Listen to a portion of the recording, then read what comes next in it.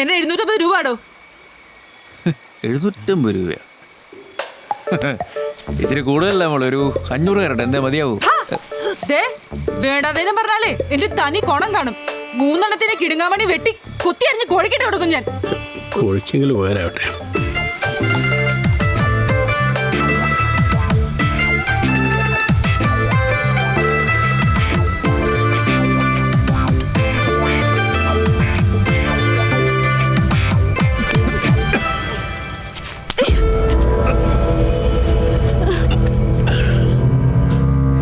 ഇനി പറ, എന്താ മോളുടെ പ്രശ്നം?